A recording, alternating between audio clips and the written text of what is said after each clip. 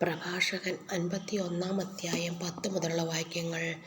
ക്ലേശങ്ങളിൽ അഹങ്കാരിയുടെ മധ്യേ ഞാൻ നിരാസനായി നിന്നപ്പോൾ എന്നെ ഉപേക്ഷിക്കരുതേ എന്ന് എൻ്റെ നാഥനും പിതാവുമായ കർത്താവിനോട് അപേക്ഷിച്ചു. അങ്ങയുടെ നാമം ഞാൻ നിരന്തരം പ്രകീർത്തിക്കും.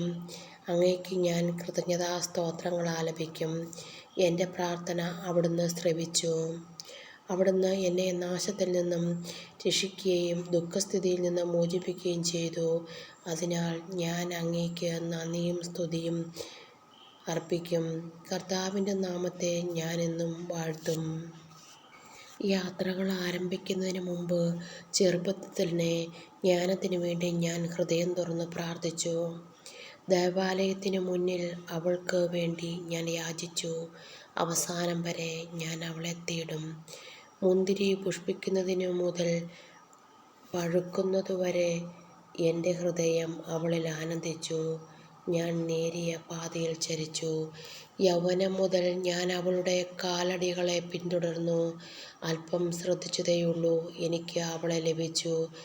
ധാരാളം പ്രബോധനങ്ങളും ലഭിച്ചു. അതിൽ ഞാൻ മുന്നേറി. എനിക്ക് ജ്ഞാനം നൽകിയവനെ ഞാൻ മഹത്വപ്പെടുത്തും.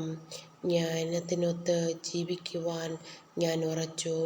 നന്മയ്ക്ക് വേണ്ടി ഞാൻ തീക്ഷ്ണമായി ഉത്സാഹിച്ചു. ഞാൻ ഒരിക്കലും ലജ്ജിക്കുകയില്ല.